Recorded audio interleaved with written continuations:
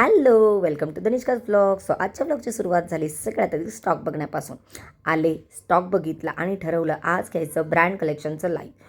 So आज होतं माझं आणि तुमचं आणि सगळ्यांचं फेवरेट तनिष्का ब्रँडचं लाईव्ह. सो सगळ्यात आधी स्टॉक सॉर्ट केला, रील केली, पोस्ट केली आणि नंतर तयार झाले लाईव्हसाठी. तुम्हाला माहिती आहे का, जेव्हा ब्रँड लाईव्ह असतं ना तेव्हा माझा आनंदच वेगळा असतो. कारण आपण जेव्हा आपल्या ब्रँडचं लाईव्ह करतो ना तेव्हा कॉन्फिडन्स आणि हॅपीनेस अनअदर लेवल असतो. सुंदर पद्धतीने रेडी झाले, खूप छान लाईव्ह झालं. लाईव्ह झाल्यानंतर लगेचच एक पार्सल आलं. कोणतं काय, वाणाचं पार्सल. तुम्हाला माहिती आहे ना आपल्याकडे संक्रांत किती जोरात चालू आहे.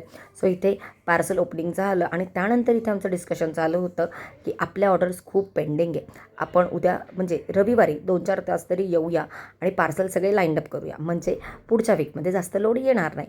सो इथे ते सगळं डिस्कशन झालं. त्यानंतर मला बनवायची होती या पाउचेसची रील.